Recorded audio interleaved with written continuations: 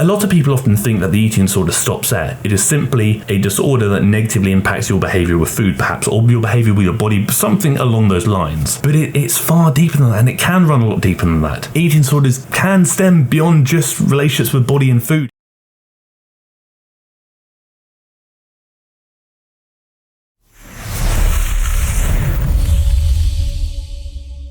Back in business, this time with somebody completely new and somebody who has probably been recommended for the last 2 years and I've just never got round to talking about, and it's actually Abby Sharp. But this is a bit of a double whammy because it's Abby Sharp and Daisy Keech. So what we're doing is we're looking at a dietitian reacts to Daisy Keech's latest diet, Is This Still Triggering? Which is a reminder, we're obviously going to be speaking about some food related topics, some weight related topics and things along those lines. Therefore, it's probably fair share just to throw out a quick trigger warning. So if anything throughout this entire video is upsetting or triggering for you, please don't continue watching it. It's certainly not worth doing so for my benefit. I'd much rather you prioritize your health, your mental well-being and benefit yourself. I will be okay. We just need to make sure that you're going to be okay. Bit of a backstory is Daisy is prepping for a photo shoot and we're going to talk about a few things regarding that. If at any point throughout this entire video you decide you like the video or even actually tolerate the video, please let me know you like the video by liking the video and maybe even by subscribing to the channel if you fancy it. But if you don't, I'll just cry. So this video is actually quite long, there's a lot to discover, so I've kind of chosen 5 key points I want to go through, and we're going to talk about them. I also haven't been having as much salt as normal. There are so many different schools of thought when it comes to sodium cutting, and the best time in a prep... Sodium is heavily demonized in general. Lots of athletes back in the day would reduce their sodium intake before competitions and events. So for like powerlifters, when they would cut weight, water cut, and then obviously cut out sodium, all that stuff, would actually negatively impact performance and result in a lot of cramping. Stan Efferding is a pro bodybuilder and a very successful powerlifter, as well as a coach, some very successful high-end athletes in the NFL and whatnot, is a big advocate for high sodium diets. Again, salt is probably not your enemy. She makes a really fair point there about this far out from an event. Fluctuating sodium in prep for a bodybuilding show, again, is heavily debated, but Daisy's not competing in a bodybuilding show. She's prepping for a photo shoot, and when you're, like Abby said, when you're this far out, you probably don't need to stress about that too much. Just understand that sodium is not the enemy. Sodium may in fact actually well be your friend in some cases, and when you're miles away from doing whatever you're doing, probably a variable you don't need to stress about right now.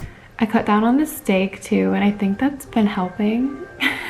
I think she said cut down on steak, which based on some of her comments later on in the video, I assume this is about reducing fat and calories. Again, steak and red meat consumption is an interesting one because you kind of have like either side of the fence here. You have people that only eat red meat and follow something like the vertical diet, or you have people that just don't tolerate red meat at all and just hate it. I think ultimately it really comes down to what you digest best. So if you digest red meat and it helps you achieve your goals, help you reach your protein intake, whatever it may be, and it sits well with you, go for it. If you struggle to digest red meat because it just doesn't sit well with you, whatever reasons, or maybe you don't consume meat in general because it doesn't align with your dietary preferences, maybe you're following a plant-based diet or similar, then again, I fully back it, go for it. It really comes down to identifying what is best for you and what's best for your digestion. I can identify myself, I don't digest red meat amazingly, so when I do consume red meat, I always feel a bit crappy afterwards. I'll be like, I then struggle to eat again for quite a few hours depending on what I've consumed. So for me, I kind of limit how much red meat I consume, just because I know that if I do consume red meat, I'm going to struggle to eat my next meal, and when I'm eating a lot of food, I find that a bit of an inconvenience, you see. And then they did give me some bread that I took one bite out of. I probably should stop that, but it's so good. You guys know how I feel about this. It's disappointing to me that an influencer with so much power is demonizing like a hearty, nutritious food. Again, a few valid points to actually discuss here. Firstly, bread has been heavily demonized for years. People often used to say to me back in the day, oh, if I eat bread, I gain loads of fat. I had to cut out bread because I don't want to gain so much fat. It really does come down to calories in versus calories out. I never truly understood why bread was so demonized. I consume a fair amount of bread because, quite frankly, I'm a big fan of bread. If you can digest it well and it doesn't lead to bloating, it doesn't lead to some poor digestive issues, whatever it may be, then what's wrong with bread? Also, Abby makes a really good point here about Daisy's power and her reach. Daisy's audience, huge, massive audience, and a lot of this audience, I can assume, I may be wrong, but I'm assuming, are probably going to be quite young and impressionable women. Daisy's now feeding this notion or this belief that bread is bad and that you've got to stop and have a bite of bread you've got to stop, that's bad for you, that's going to take you further away from your goals of being lean and bikini body ready, to an audience of women who may already believe something similar due to what the industry has been promoting for so many years,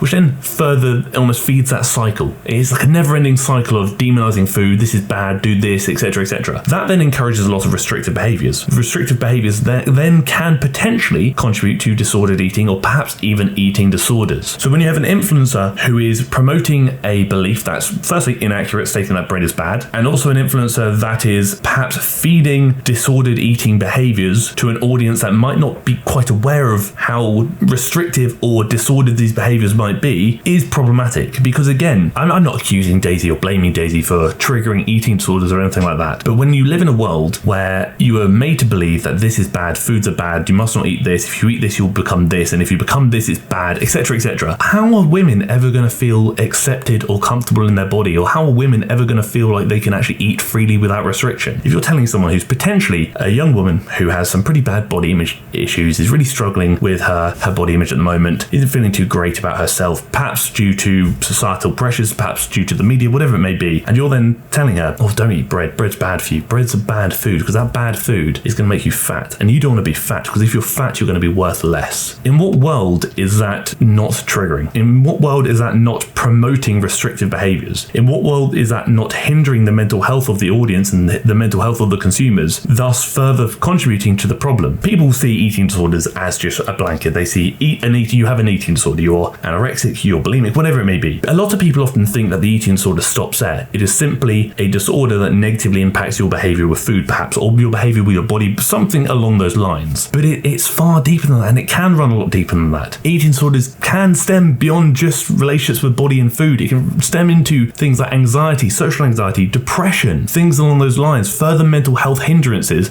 that could really negatively impact your life beyond just your relationship with your body and your food, but your relationship with happiness, your relationship with confidence, your relationship with the world around you, which then could potentially contribute to a heightened risk of, unfortunately, taking your own life. Eating disorders are commonly overlooked. I think eating disorders are commonly not taken as seriously as they should be, and when the reality is that eating disorders are extremely consuming, extremely painful to deal with, and can stem beyond simply just a relationship with food and body, but into additional disorders like depression, anxiety, as I mentioned, and potentially self-harm and also potentially suicide. When influencers have this idea that what they're promoting is to help people to get them to their goals, I get that, I understand that, I appreciate that, but is that potentially feeding a disorder that's heavily overlooked and can then contribute to the development of additional disorders as well? So I think in this world, what influencers can be wildly irresponsible, almost ignorant to the damage that they could be doing to a potentially impressionable audience, and not simply just women. I isolate women in this case because I can assume that Daisy's audience are primarily women, but men as well and other genders too. We all have the capacity to suffer with a mental health hindrance, be that eating disorder, depression, anxiety, PTSD, a personality disorder, whatever it may be. And sometimes you've got to consider is the media or the content we're consuming actually contributing, whether it's intentional or not by the creators, is what we're consuming contributing to how we feel? I want to go to the gym. Freaking tired, but I'm gonna go anyways because no pain, no gain. I disagree.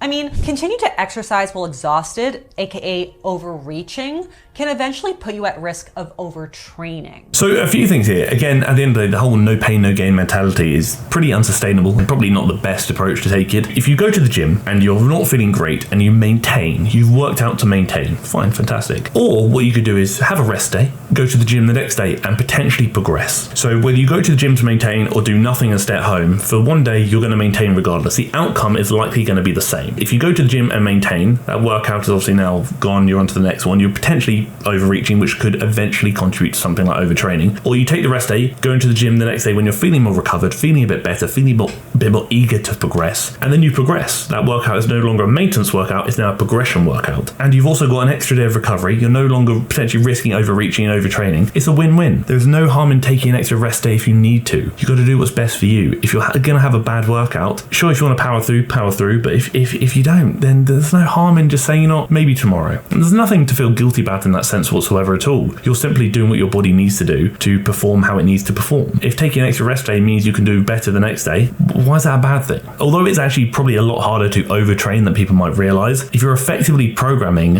and not doing excessive volume, having enough rest days per week, and kind of being on top of your nutrition, all these recovery factors like sleep and whatnot, you could actually probably be surprised at how long you could train without actually risking overreaching or overtraining. Genuinely, I think you would be surprised. But then the argument could be presented that, is Daisy programming properly? Again, based on a lot of the things I've seen, a lot of her videos before, I'd probably say potentially not. I will say it again, I believe in body autonomy.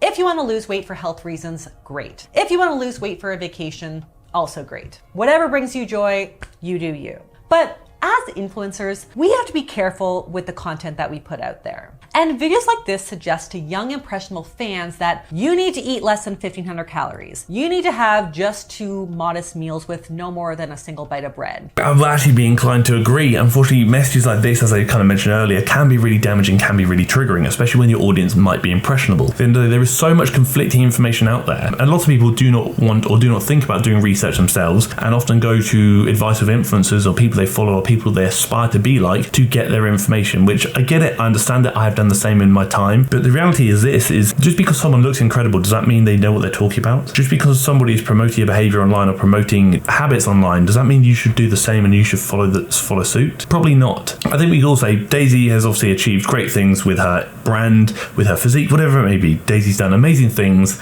and that's brilliant for her. Just because she's done amazing things, does that mean she knows what she's doing? Not necessarily. Just because she's done amazing things and may have a physique that you wish to attain yourself, does that mean you will? Probably not. Ultimately, a lot of our physique and our kind of shape and structure is largely going to be determined by genetics. You may not have a similar structure to Daisy, which means regardless of how hard you train and how hard you try, you will never look remotely similar to Daisy. Daisy, as I've mentioned before in previous videos, is the only person who looks like Daisy. And Daisy is also the only person who should strive to look like Daisy. It's been very normalised in the world that we should aspire to look like someone else, or I want to look like them because they're better than me, I want to look like them because they've got better arms than me, she's got better abs than me, she's got a better bum than me, whatever it may be. All you're doing there is putting someone on a pedestal and bashing yourself and knocking yourself down. No wonder so many people have body image issues, and no wonder so many people have insecurities, no wonder so many people fail to love and appreciate themselves and their own physiques, because oftentimes, like I said, you idolize someone else but potentially actually demonize yourself without meaning to. In what world is that healthy? In what world is that sustainable? In what world is that ever going to lead to happiness and comfort and security in your own body and what you've achieved? I think we all need to identify the realities of our genetic makeup is our genetic makeup. We cannot change that. No matter what we do, we cannot change our genetic makeup. Our bone structure and our shape is with us for life. We cannot change that. What we can do is we can alter what is on top of that. We can build muscle, we can lose muscle, we can gain fat, we can lose fat. We can do these things to almost somewhat sculpt the physique we have and build on it, take away from it, whatever it may be. And ultimately, you must build muscle, you must gain fat, you must lose muscle, you must lose fat, whatever aligns with your goals and whatever makes you feel best in yourself, not with the desire of becoming someone else or wanting to look like someone else, but the desire of becoming an even better version of yourself, and becoming a version of yourself that makes you happier and aligns with whatever goals you're trying to achieve. Not stating that your current version of your previous version is lesser or greater than what you were hoping to achieve, it's simply just different. I can identify myself, I'm very proud of all the achievements I made regarding my physique, regarding my strength, whatever it may be. I'm not done yet, I want to do more. Not because I have to do more, but because I want to. And it will make me happier because I have a desire of how I want to look, not based on anyone else, but based on my preferences for my body. And I'm going to work towards achieving those preferences for myself because I want to. Again, not because I have to, but because I want to. And I get satisfaction from achieving that. I don't think there's any harm in saying that, but I also don't think there's any harm in saying that you don't need to do any of those things if you don't want to. You're fine just how you are. More than fine, I'd say. But if you want to do more, want to do less, you could be more than fine doing either of those things too. Those are just my thoughts and opinions. That's just my waffle. Thank you for tolerating me. Thank you for tolerating my endless waffle about things that you probably wish I wouldn't waffle about. And thank you for tolerating the video.